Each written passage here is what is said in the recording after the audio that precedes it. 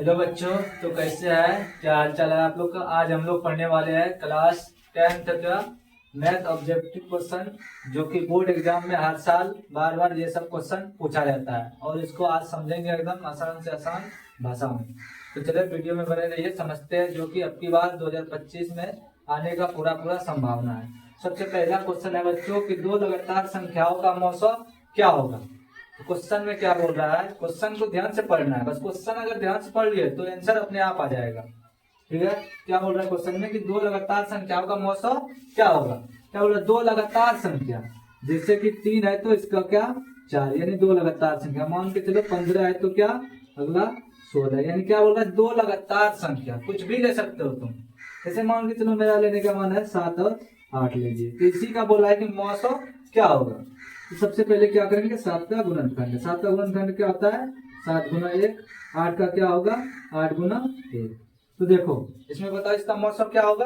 तो क्या कॉमन आ रहा है इसमें, 1, तो इसका मौसम क्या आ गया, क्या होगा मौसम 1। यानी मौसम को इंग्लिश में क्या कहते हैं बच्चों, एचसीएफ। क्या कहते हैं, एचसीएफ। एचसीएफ का फुल फॉर्म क्या होता है, हाईएस्ट कॉमन फैक्टर। ठीक है, तो क्या पता चल गया आपको कि दो लगातार संख्याओं का मौसम क्या होगा बच्चों, तो क्या होगा 1। ठीक है, हेलो बच्चों, तो दूसरा क्वेश्चन क्या है कि 8 पे पावर कितना है 0 और गुना 2 पे पावर 0 का मान क्या होगा। तो हम लोग बच्चों जानते हैं कि किसी भी संख्या पे अगर पावर 0 रहेगा तो उसका मान कितना होता है 1। किसी भी संख्या पर अगर पावर 0 रहता है, मान के चलो 7 पे पावर 0 है, या किसी भी 6 पे पावर 0 है, या 101 पे पावर 0 है, या 1000 करोड़ जितना भी आ जाए संख्या, अगर किसी भी संख्या पर पावर कितना रहेगा 0, तो उसका मान हमेशा क्या होता है, सदैव उसका मान 1 होता है। तो यही इस क्वेश्चन में पूछा है कि 8 पे पावर कितना है 0 और गुना 2 पे पावर 0 का मान क्या होगा। तो देखो क्या बताया, अभी हम तुरंत सीखे हम लोग कि किसी भी संख्या पर अगर पावर 0 रहेगा तो उसका मान कितना होगा 1। तो 8 पे पावर 0 है तो इसका मान कितना होगा 1, गुना है गुना देंगे, उसके बाद 2 पे पावर 0। क्या बताया, किसी भी संख्या पर अगर पावर 0 रहेगा तो उसका मान 1, तो यहाँ भी 1 आ जाएगा, तो 1 गुना 1 कितना हो गया 1। तो इस क्वेश्चन का सही जवाब क्या हो जाएगा मेरा 1। हेलो बच्चों, तो तीसरा क्वेश्चन है हम लोगों का कि यदि ए और बी क्या हो अभाज्य संख्या है, तो ए और बी क्या लॉस क्या होगा। इसमें क्या पूछा है, यदि ए और बी अभाज्य संख्या है तो ए और बी का लॉस क्या होगा। चलो मान लेते हैं कोई भी क्या है, ए और बी अभाज्य संख्या, जैसे कि 3 और 5 हम क्या मान ले अभाज्य संख्या है, तो इन दोनों का लॉस क्या होगा, यही ना। कोई भी दो अभाज्य संख्या लेना है तो उसका पूछा लॉस क्या होगा। मान के चलो 7 ले लिए और 13 ले लिए, कुछ भी ले सकते हो आप लोग। तो इसी का पूछा है कि लॉस ऑफ क्या होगा। तो देखो अभाज्य संख्या इन दोनों का क्या होगा, कोई कॉमन फैक्टर नहीं तो एलसीएम निकलेगा नहीं, तो एलसीएम जब नहीं निकलेगा तो क्या हो जाता है, उन दोनों का गुना हो जाता है, यानी दोनों संख्या क्या हो गया आपस में गुना हो जाएगा। जैसे कि 3 गुना 5, तो इन दोनों का भी निर्वत क्या होगा गुना करना पड़ेगा, 7 गुना 13। उसी तरह ए और बी अभाज्य संख्या है तो ये दोनों भी क्या हो जाएगा गुना हो जाएगा, यानी ए गुना बी हो जाएगा, तो क्या आ जाएगा ए बी आ जाएगा। तो बच्चों हमारा आंसर क्या हो जाएगा इन चारों में से ए बी। तो दो संख्या बच्चों, तो हम लोग का चौथा क्वेश्चन क्या है कि सबसे छोटी अभाज्य संख्या और सबसे छोटी भाज्य संख्या का मौसम क्या होगा। तो सबसे पहले इस क्वेश्चन में हमको पता होना चाहिए कि सबसे छोटी भाज्य संख्या और सबसे छोटी अभाज्य संख्या होता क्या है, तभी हम लोग इस क्वेश्चन को क्या करेंगे सॉल्व कर पाएंगे, हल कर पाएंगे। ठीक है, तो सबसे पहले क्या बोल रहा है सबसे छोटी अभाज्य संख्या। तो सबसे छोटी अभाज्य संख्या कितना होता है, हम लोग जानते हैं कि सबसे छोटी अभाज्य संख्या कितना होता है 2। और भाज्य संख्या सबसे पहले कहते किसको, वैसा संख्या जिसका क्या हो केवल 2 ही गुणनखंड हो, या जो केवल खुद से और 1 से घटे, इसके अलावा किसी और से विभाजित नहीं हो, उसको क्या कहते हैं अभाज्य संख्या। दूसरा क्या दिया हुआ बच्चों कि भाज्य संख्या। तो सबसे छोटी भाज्य संख्या कितना हो जाएगा 4। ठीक है, अब समझेंगे हम लोग कि भाज्य संख्या किसको कहते हैं। तो भाज्य संख्या वैसी संख्या को कहते हैं जिसका क्या हो 2 से अधिक गुणनखंड हो, या जो 1 और खुद के अलावा किसी और संख्या से भी कटे, उसको क्या कहते हैं भाज्य संख्या। तो जैसे बोल रहा था कि सबसे छोटी अभाज्य संख्या और सबसे छोटी भाज्य संख्या का मौसम क्या होगा, तो तो हमको पता चल चुका है कि सबसे छोटी अभाज्य संख्या क्या होगा 2 और सबसे छोटी भाज्य संख्या कितना होगा 4। अब इन दोनों का मौसम पूछा है। सबसे पहले क्या करेंगे, गुणनखंड निकालेंगे। 2 का गुणनखंड कितना होगा 2 गुना 1। 4 का गुणनखंड कितना होगा 4 गुना 1। तो मौसम में क्या होता है, जो दोनों में क्या करे कॉमन है उसको मौसम कहते हैं। तो देखो दोनों में कॉमन क्या आया 1, तो सबसे छोटी भाज्य और सबसे छोटी अभाज्य संख्या का मौसम कितना निकल के आ गया 1। तो ऑप्शन नंबर कितना सही होगा हम लोग का बी। तो बच्चों तो हम लोग का 5वां क्वेश्चन क्या है कि निम्न में कौन परिमेय संख्या है। तो आप लोगों ने परिमेय और अपरिमेय संख्या पहले से पढ़े होंगे। परिमेय संख्या एक बार याद दिला दो किसको कहते हैं, वैसा संख्या जिसको हम क्या करेंगे p बार q के रूप में लिख सकते हैं, यानी जिसका क्या हो दशमलव प्रसार शांत हो। दूसरा क्या होता है एक अपरिमेय संख्या। अपरिमेय संख्या किसको कहते हैं, वैसा संख्या जिसे हम p बटे q के रूप में नहीं लिख सकते, यानी जिसका दशमलव प्रसार क्या हो अनवसानी अनावृत्ति का हो, यानी शांत नहीं हो, उसको क्या कहेंगे अपरिमेय संख्या। तो सबसे पहला ऑप्शन है, देखो क्या दिया हुआ है √3 + √2।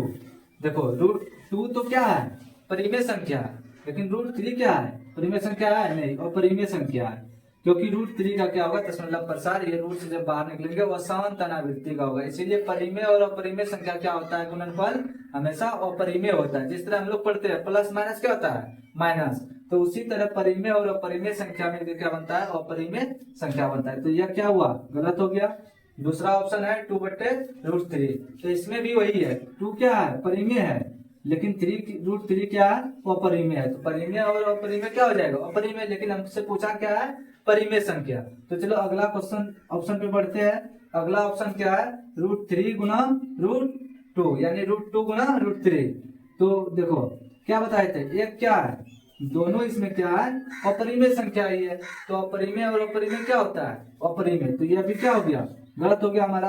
अब लास्ट ऑप्शन बचा है, लास्ट ऑप्शन में क्या है √19 + √6। तो इन दोनों को जब जोड़ेंगे तो √19 + √6 कितना आ जाएगा √25। तो √25 का वर्गमूल कितना होता है हम लोग को पता है, तो कितना आ जाएगा 5। तो 5 क्या है परिमेय है या अपरिमेय संख्या है, तो क्या है 5 है परिमेय संख्या, क्योंकि हम इसे क्या कर सकते हैं p बटे q के रूप में लिख सकते हैं। तो बच्चों हम लोग अगले क्वेश्चन की तरफ पढ़ते हैं। Question number 6। क्वेश्चन नंबर 6 में कहा जा रहा है कि निम्न में कौन अपरिमेय संख्या है। अगला बार तो हम लोग पढ़े कौन परिमेय संख्या है, अब इसमें देखेंगे कौन अपरिमेय संख्या है। ठीक है, इसमें देखो पहला ऑप्शन दिया हुआ है √36 बटे √64। तो हम लोग जानते हैं कि √36 का वर्गमूल कितना निकलता है 6, और 64 किसका वर्गमूल होता है 8 का। तो बताओ ये बच्चों कौन सा संख्या हुआ p बटे q के रूप में हम इसको लिख सकते हैं ना, यह कौन सा हो गया परिमेय संख्या। और हमको पूछा क्या है अपरिमेय, तो ये तो पहला ऑप्शन गलत हो गया। अब दूसरा ऑप्शन कितना है √4 बटे 81। तो 4 का वर्गमूल निकलेगा कितना निकल जाएगा 2, 81 का कितना निकलेगा 9। तो इसको भी हम लोग क्या कर सकते हैं p बटे q के रूप में लिख सकते हैं। तो यह भी क्या हो गया परिमेय, लेकिन हमसे पूछा है अपरिमेय, तो यह भी ऑप्शन गलत हो गया। अब सी नंबर ऑप्शन है कि कितना है 3 बटे 5। 3 का वर्गमूल नहीं निकलेगा पूरा पूरा, क्योंकि इसका दशमलव प्रसार क्या होगा अशांत हो जाएगा, तो इसीलिए यह क्या हो जाएगा अपरिमेय संख्या। क्या बताया थे अभी इससे पहले क्वेश्चन में कि जिसका भी दशमलव प्रसार क्या होगा अशांत अनावृत्ति का होगा, वो कौन सा संख्या होगा अपरिमेय संख्या होगा। तो हमारा कौन सा ऑप्शन सही हो गया सी नंबर ही ऑप्शन सही हो गया, डी नंबर को देखने का जरूरत नहीं है। तो बच्चों अगला क्वेश्चन है हम लोगों का निम्न में से कौन सा भिन्न दशमलव प्रसार शांत होगा। क्या पूछा है इस क्वेश्चन में गौर से सुनो, निम्न में से कौन सा भिन्न का जो है दशमलव प्रसार शांत होगा। तो देखो आज हम लोग इसको ट्रिक से माध्यम से समझेंगे और दोबारा फिर देखना नहीं पड़ेगा। ठीक है, उतना अगर भाग विधि से बनाने जाएंगे बहुत लंबा प्रोसेस में चला जाएगा और उतना टाइम नहीं मिलता है हमको एग्जाम में। ठीक है, हमको 3 घंटे में प्रूफ करना रहता है कि हम साल भर 2 साल भर में कितना पढ़े हैं। ठीक है, अगर वहां इतना लंबा विधि प्रोसेस में जाएंगे तो फिर हो गया मेरा एग्जाम। तो इसीलिए आज इसको ट्रिक के माध्यम से समझेंगे। अगर एक बार इसको समझ लिए तो फिर दोबारा भूलेंगे नहीं, अगर एक बार, इसीलिए वीडियो में आगे बने रहिए और भी ट्रिक के माध्यम से समझाते जाएंगे।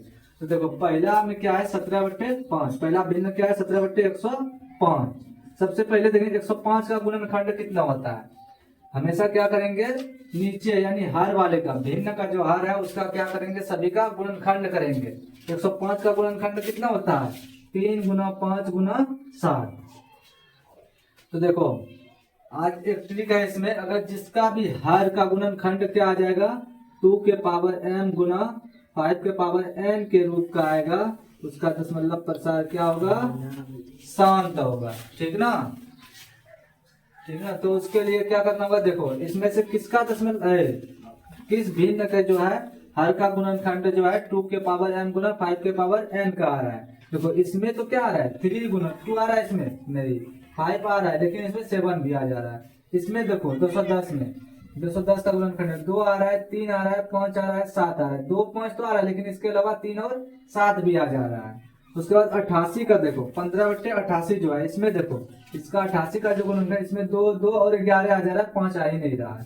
तो हम क्या बोले थे, कोई भी दशमलव प्रसार कब शांत होगा किसी भी भिन्न का, अगर उसका हर का गुणनखंड क्या हो 2 के पावर m गुना 5 के पावर n के रूप का आएगा। जैसे 160 का देखो अब गुणनखंड, 160 का गुणनखंड किए तो कितना आया 2 गुना 2 गुना 2 गुना 2 गुना 2 गुना 5 के रूप का, यानी कितना आ गया 2 के पावर कितना 1 2 3 4 5, तो 2 के पावर कितना आ गया 5 गुना 5 पे कुछ नहीं तो पावर 1 देते हैं। ठीक है, यह देखो यह आया 2 के पावर m गुना 5 के पावर n के रूप का। तो क्या बताए, कोई भी दशमलव प्रसार भिन्न तभी शांत होगा अगर उसके हर का गुणनखंड कितना है 2 के पावर m गुना 5 के पावर n के रूप का, तो उसका दशमलव प्रसार क्या होगा, शांत होगा। तो कभी भी हम जो है आज के बाद से भाग विधि में नहीं जाएंगे, बहुत लंबा प्रोसेस में चला जाता है, इसीलिए किस में देखेंगे 2 के पावर m गुना 5 के पावर 1 के रूप।